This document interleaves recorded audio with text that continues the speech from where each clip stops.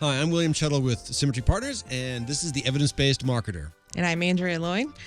And today we are going to talk about what is the deal with pumpkin spice. This is going to be a special all pumpkin spice all the time issue. Then this is, I was in a Trader Joe's the other day, and almost everything that they had for sale was pumpkin spice, and it was pumpkin spice pancake mix, pumpkin spice candles, pumpkin spice lotion, pumpkin spice waffle.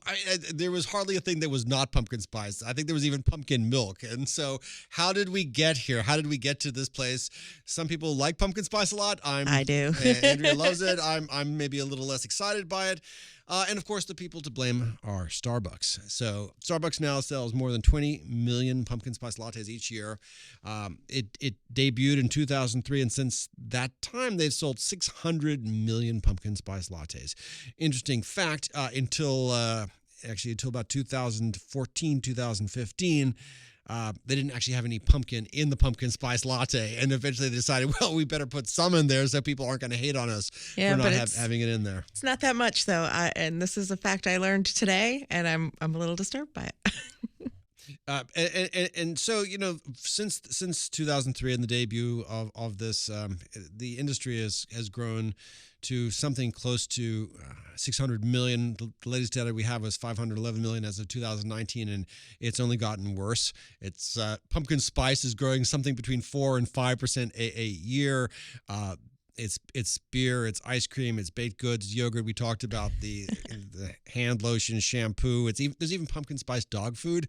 Whoa. Which is problematic because several of the ingredients that are in pumpkin spice, if you're actually putting them there, including nutmeg and cinnamon, are not great for pets, especially cats. So be careful about feeding any pumpkin spice to your beloved fur babies. Well, this pumpkin spice latte it's become the number one selling seasonal drink of all time. So it's beat out what are the good ones? The Shamrock Shakes. It's beat out all of the seasonal drinks out there. It's now number one. And it actually wasn't Starbucks that invented it. As far as we can trace, 1996, the very first pumpkin spice coffee. This was a Tampa-based brewing company, home roast coffee. They originated pumpkin spice beans. They started it and started to grow from there and there.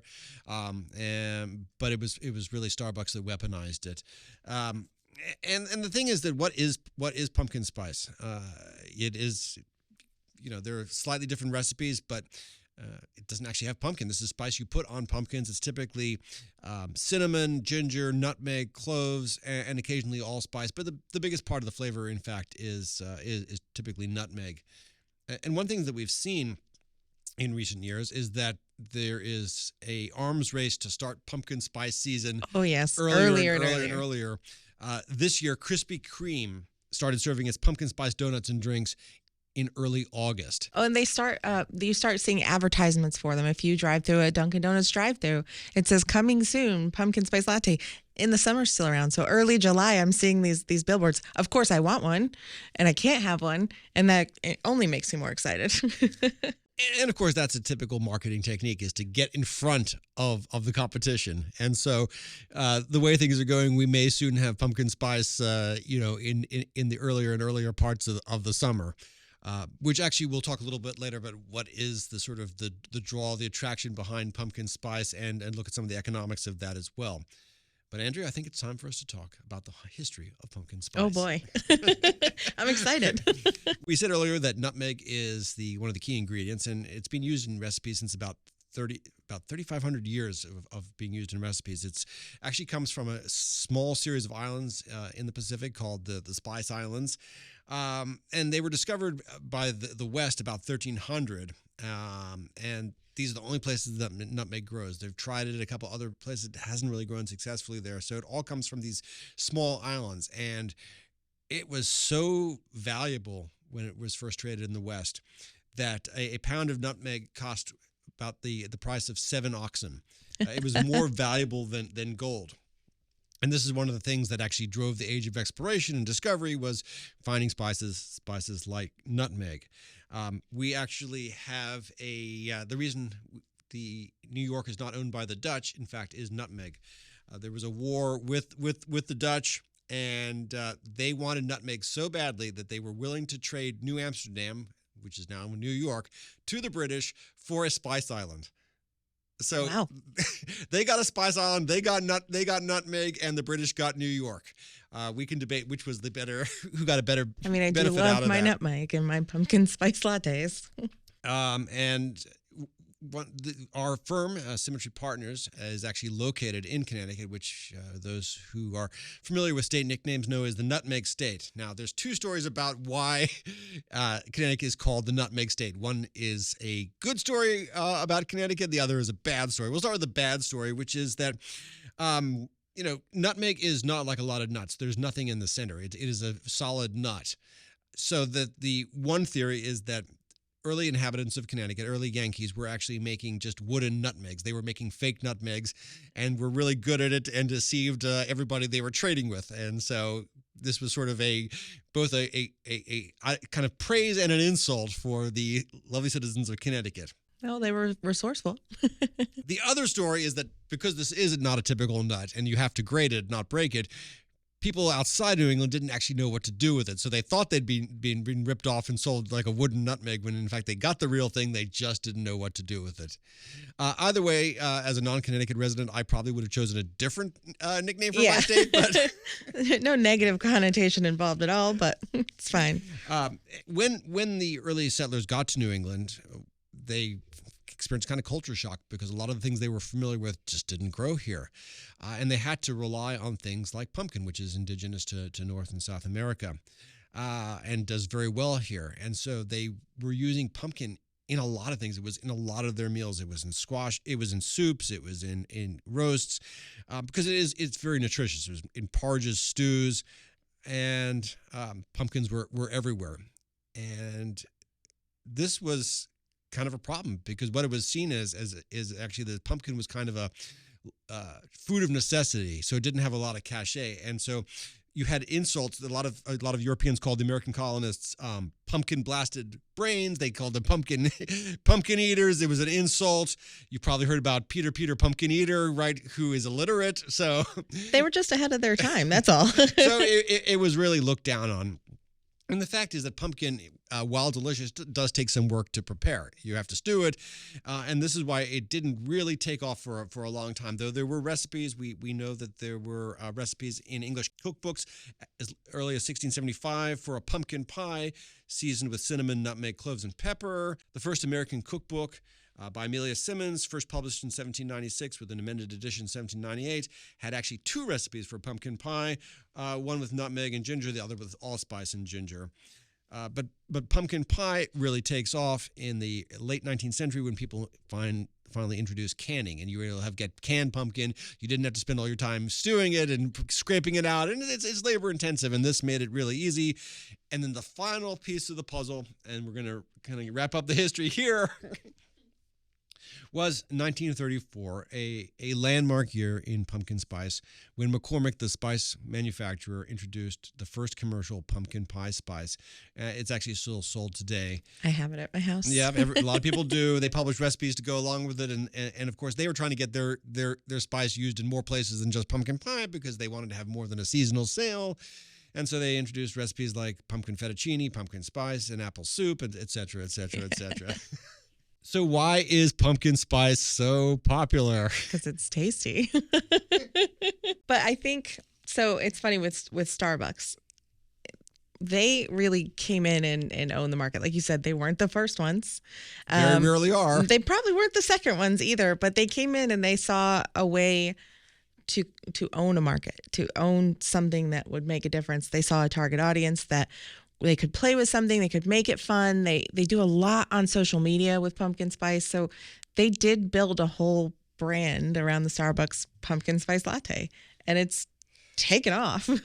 And everybody jumped in. They did. Yep. And so, in marketing, there's a thing called the halo effect, which is if someone is succeeding in a particular area, you can kind of glom on and have participate in that and benefit from what some leading company like Starbucks has done. And they paved the way. And so if I create my pumpkin spice lotion or whatever, I'm benefiting from that halo from Starbucks. Yep. But this can also lead to what I call as lemming marketing. Now, lemmings are small Norwegian mammals that are supposed to periodically jump into the ocean and kill themselves. Now, that's actually a myth, but the idea is between lemmings is at least the sort of myth of it is that this is when you just follow the masses blindly and end up kind of jumping off the cliff.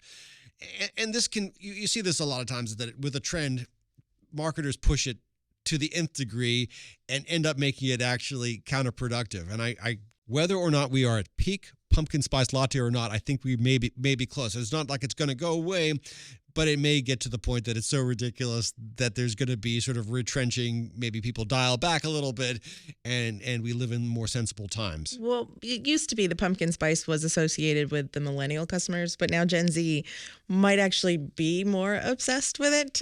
They grew up with the flavor, so they are willing to accept it outside of that fall time. So you might, again, start seeing it earlier. But if Gen Z is embracing pumpkin spice, then we could see it for a lot longer. But part of the principle of the appeal of this is, I believe, scarcity, which is a persuasion behavior we talked about in our series on persuasion, is if it were available all year long, it would feel less special. People look forward to that first pumpkin spice latte of the year. And I believe there's really what's called diminishing returns after a while, is that the first one is the best one. Mm-hmm.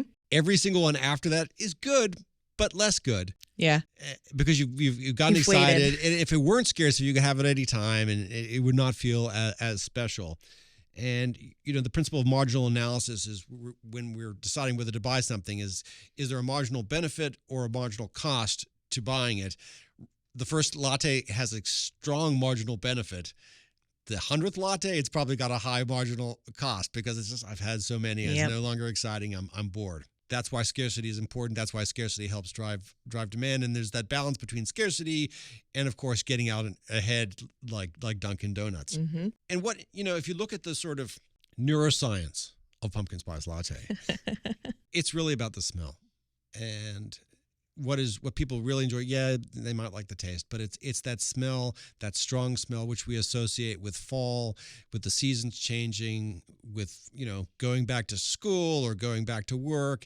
And that, I think, is the real power of this. And smell is our most emotional memory, because the brain, the way that it works is that the part of the brain that processes smell, the olfactory bulb, is right next to the limbic system. And the part of the brain that contains emotions, moods, and, of course, memories. And this is why you can smell something and it takes you right back to generally, I hope, to a good memory, but it can be a bad memory as well. But most of us have good memories about fall, good feelings about fall, and pumpkin spice is trying to tie into that and become associated with that, and has done so very successfully.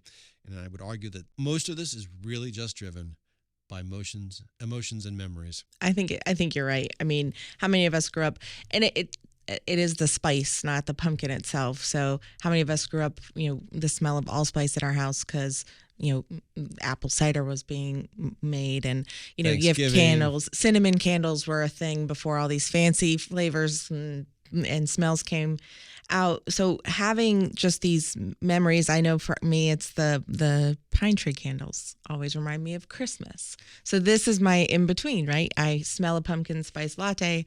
I all of a sudden think, A, it's fall, my favorite time of year, and B, even closer to Christmas, which is my second favorite time of year. And by the way, very soon as we move through the end of the year, pumpkin spice is going to yield to winter, and it's going to be all about fir trees, pine trees, and, of course, the peppermint mocha.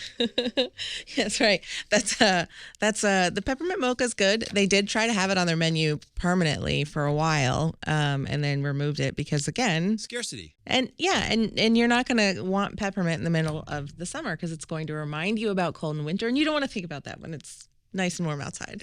Exactly. So that's all I got. That's all you got probably on the pumpkin spice latte. It is quite the phenomenon. I hope we've been able to break it down for you a little bit and put some perspective into it. This is a great example, I think, for marketers of how you can own something, how you can find something that is emotional, that is resonant, and really own a space if you're going to be able to commit to it. And obviously a lot of firms are trying to piggyback off of that, but smell is such a powerful emotion, and Starbucks... They nailed it. And you know what? They did all of the things you should do as a marketer. They realized that their target audience was somebody that was interested in a pumpkin spice latte. They put together an entire strategy, both social media and digital media. They didn't just say, hey, we have a pumpkin spice latte. They did a lot of research beforehand and figured out this could be it for us. And they went out and they put it out there. And it has been a success. And I don't foresee it going away anytime soon, but who knows? I'm still in the camp of we're at or near peak pumpkin spice. And again, it's never going to go away because it's people like it. The memories are good. The emotions are strong. But you're in a situation where you risk it being sort of watered down by just the sheer prevalence. And if it's everywhere, again, it's not special, it's not scarce. And so it feels a lot less important and gratifying than it did maybe when it was a little bit of a special treat. Mm-hmm. Very true. That's the Evidence-Based Marketer. Thanks for joining us. If you have any questions or want more details or listen to other of our podcasts, it's theevidencebasedmarketer.com. Thanks again. Thank you. Symmetry Partners, LLC is an investment advisory firm registered with the Securities and Exchange Commission. The firm only transacts business in states where it is properly registered, excluded or exempted from registration requirements. Registration of an investment advisor does not imply any specific level of skill or training and does not constitute an endorsement of the firm by the Commission. No one should assume that future performance of any specific investment strategy, product, or non-investment related content made reference to directly or indirectly in this material will be profitable. As with any investment strategy, there is the possibility of profitability as well as loss. Due to various factors, including changing market conditions and/or applicable law, the content may not be reflective of current opinions or positions. Please note the material is provided for educational and background use only. Moreover, you should not assume that any discussion or information contained in this material serves as the receipt of or as a substitute for personalized investment advice. Please note that nothing either stated or implied on this podcast is intended to be compliance or legal advice regarding your marketing program.